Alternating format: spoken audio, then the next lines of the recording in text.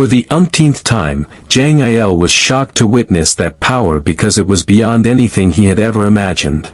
Not only him, but Gui Nang Nang also couldn't believe it, and she didn't understand how someone could possess such strong energy, even though he had a dried-up body that struggled to walk. During Wai Yonho's training, his master had told him that Wai Yonho must not leave any trace of regret on his enemy, which meant he had to finish them off without leaving a trace down to the root. Actually, Wai Yonho didn't like those words, but if he had no choice, then he had to eliminate his enemies as his master had said. Now Gui Nang Nang was certain she had chosen the wrong opponent, and the person before her was not just an ordinary martial arts master. She also understood that she had made a mistake, but she had to stay calm because the entire Hao clan could be wiped out today. Therefore, she asked what exactly Wai Yonho wanted by coming to this place. Wai Yonho stirred emotions again when he said that he had only wanted to obtain information from the beginning. Then Jang Il showed the documents he had brought, in which Gui Nang Nang only needed to fill in the missing information. Upon seeing that information, Gui Nang Nang understood why Jang Il brought a monster with him, because he couldn't complete the information needed. Gui Nang Nang then decided to fulfill the request, but she needed some time to gather that information, and whether Wai Yonho could wait at least for one day. Even though Gui Nang Nang spoke politely to Wai Yonho, she glared sharply and wanted to speak with Jang Il for a moment. Jang Il, who heard that request, had a bad feeling, but he had no choice but to comply. Moments later, Wai Yonho kept laughing because he saw Jang Il's ridiculous face. He even called Jang Il's face a steamed bun after being beaten, even though he was the branch leader of the beggar sect. When Wai Yonho asked why he allowed himself to be beaten like that, Jang Il replied that the woman was not weak. She was the daughter of the Hao clan leader as well as the next leader, and she also grew up consuming secret medicinal herbs and high-quality pills like candy. With a level like that, how could he fight her, when he was just a branch leader who grew up pitifully without support like that girl? As Jang Il vented his frustration, unexpectedly the girl he was talking about was behind him. That startled him because she could have beaten him again, but Gui Nang Nang ignored him because she brought several pieces of needed information, and Wai Yonho immediately showed his respect for that help.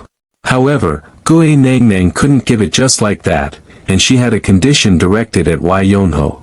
Instantly, Jang Il whispered that what the girl meant was the information fee, and Wai Yonho immediately asked how much money he had to pay. When the girl mentioned 5 niang, Wai Yonho immediately handed over the money because the cost was quite cheap for him. However, Jang Il clarified this misunderstanding, saying that what she meant by 5 niang was 5 silver, and Wai Yonho was very shocked because the price was extremely expensive. Because the information contained secret information, the price was slightly higher, so that price was very fair, and even Gui Nang Nang had given a discount. After hearing that, Wai Yonho immediately stood up because he didn't want to waste any more time, and Jang Il asked where he was going. Wearily, Wai Yonho answered that he would go find money in order to obtain that information. Then Jang Il tried to stop him, even pulling him, but Wai Yonho's physical strength was much greater and dragged Jang Il's body along. The reason Jang Il did this was because money couldn't always solve problems, and anything could replace money depending on what the information provider needed.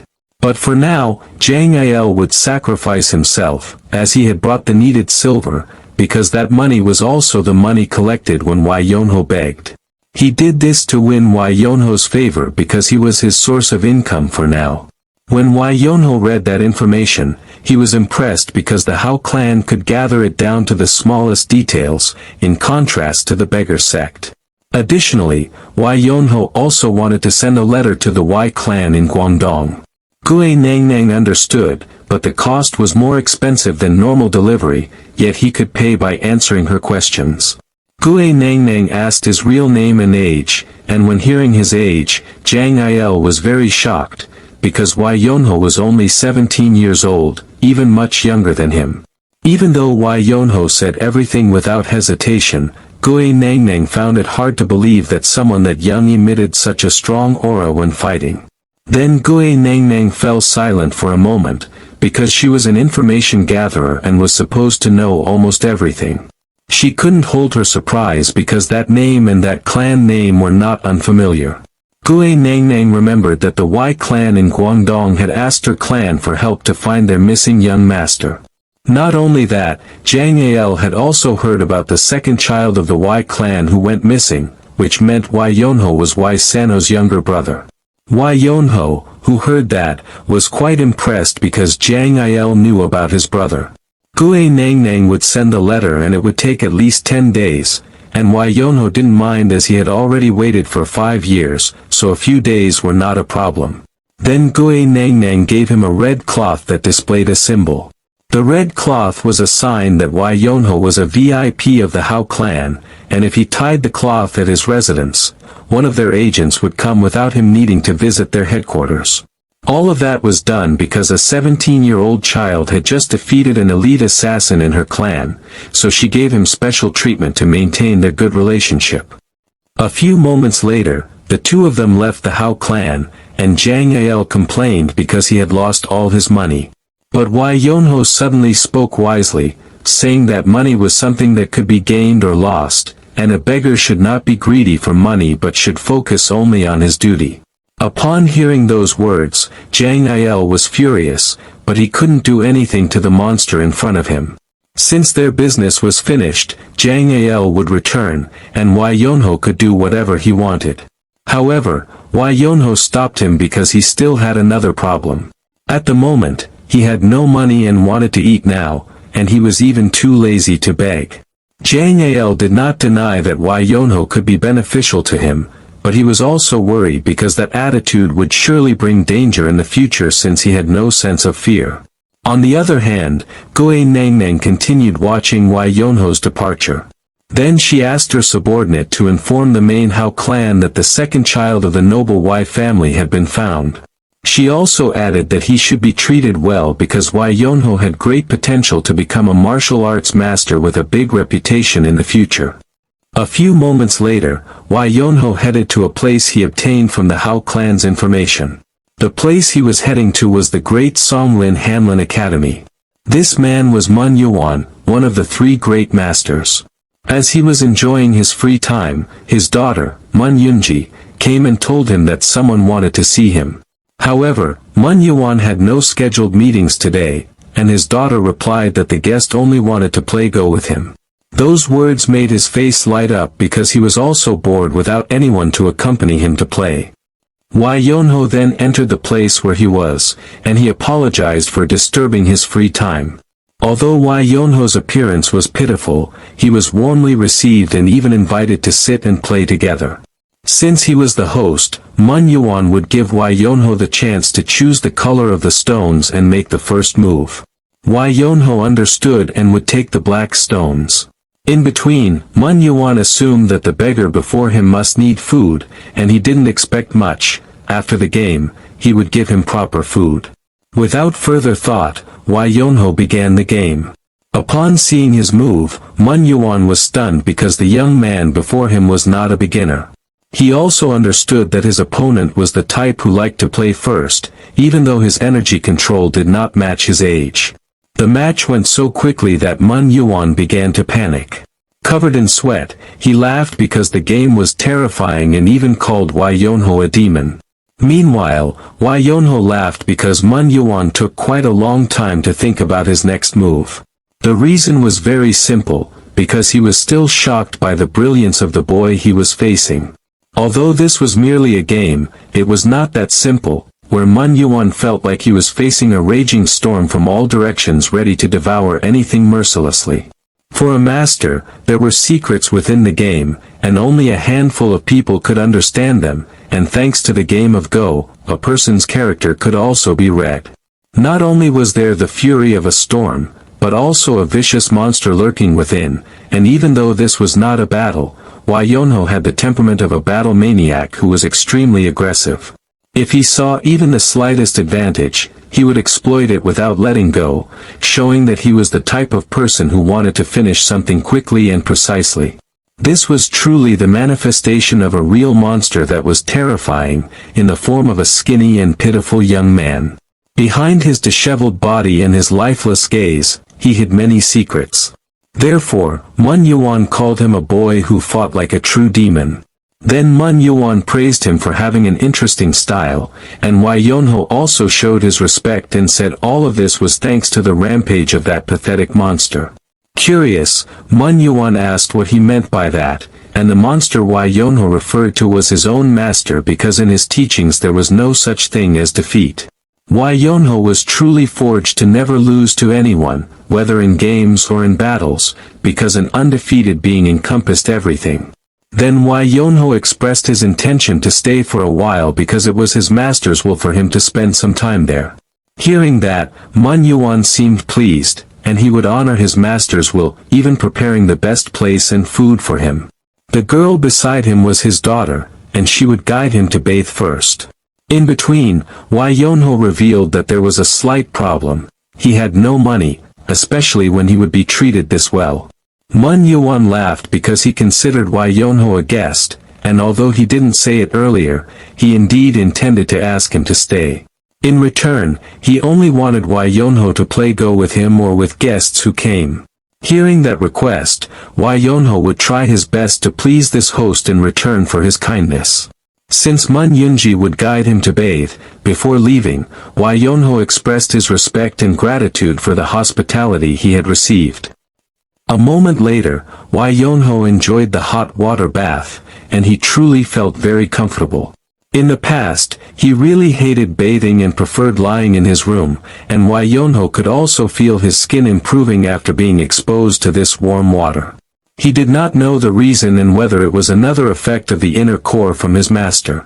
Wai Yonho considered this pleasure he felt as a blessing from his master who had trained him harshly, making stepping into the outside world feel so delightful.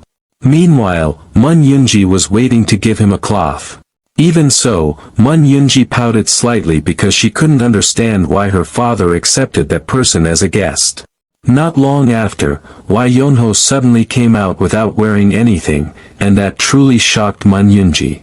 Wai Yonho did not see the girl because his hair covered his face, but he could feel her presence and asked why she was acting like that.